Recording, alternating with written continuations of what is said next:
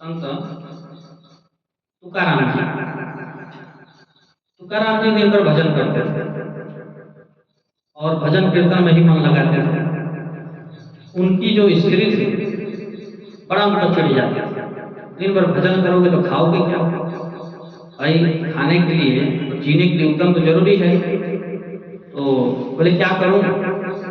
तो उनकी पत्नी ने कहा कि ये गन्ना है, गन्ना की गठरी है, इसको ले जाकर के मार्केट में बाजार में बेच दीजिए, जो धन मिले उसे लेकर के घर आ जाइए।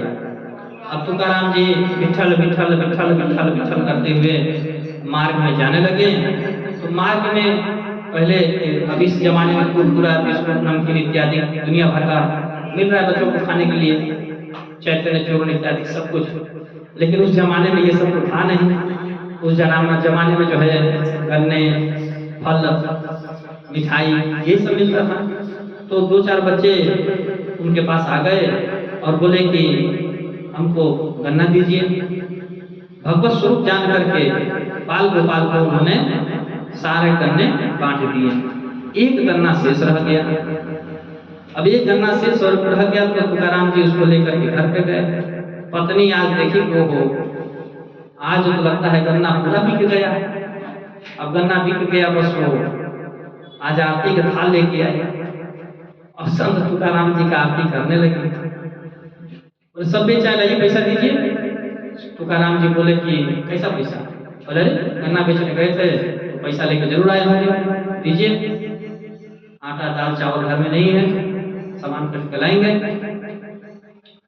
तुकाराम जी बोले कि जितने गन्ने थे सब बाल गोपाल को बांट दिए, और ये एक गन्ना हमारे तुम्हारे लिए बच गया। लेकिन मैं इस सोच में हूँ ये गन्ना एक है और चूभने वाले दो हैं, तो इसको कैसे चूभेंगे? बस उनकी स्त्री ने वो गन्ना जो है उठाई और एक गन्ना खींच के मारी। जब एक गन्ना मारी बस गन्ने के दो टुकड़े हो गए। जब दो टुकड़े हुए तो लो जय हो जगन्नाथ, जय हो विठलनाथ, बड़ी कृपा हुई। मैं तो ये सोच ही रहा था कि इसको दो आदमी चूभेंगे कैसे, लेकिन धन्य हो और अपनी पत्नी को भी बड़ा उन्होंने धन्यवाद दिया कि तुमने हमारे मन का जो परेशानी थी उसको दूर किया और इसको दो टुकड़े कर दिए। अब एक तुम चुभ जाओ, एक हम चुभ जाएंगे, है ना। एक बार संत तुकाराम को किसी धनी सेठ ने बोला कि भाई आप हमारे खेत की रखवाली करो। तुकाराम जी बोले ठीक है। अब रात दिन में तो बैठ करके अपना भजन गाते थे, रात को भी भजन गाते थे, विठल विठल विठल विठल विठल विठल किया करते थे संत तुकाराम जी। तो कुछ पक्षी वहां पे आए तो उन्होंने खेत को रखवाली करने के लिए रखा था, और इधर जो है जितने बकरी, गाय, पक्षी, चिड़िया, चुग जितने भी थे, जो भी उस खेत में आते थे बोलते खाओ पाओ, विठल का प्रसाद है, पा जाओ खा जाओ। कुछ दिन के बाद जब खेत का मालिक जब खेत देखने आया तो देखता क्या है कि पूरा खेत जो बस डंठल बचे हैं, बाकी उसमें कुछ है नहीं। बेचारा माथा पकड़ के बैठ गया और बोला महाराज ये आपने क्या किया? मैंने तो आपको खेत की रखवाली करने के लिए रखा था और आपने तो पूरा खेत ही सर्वनाश करा दिया।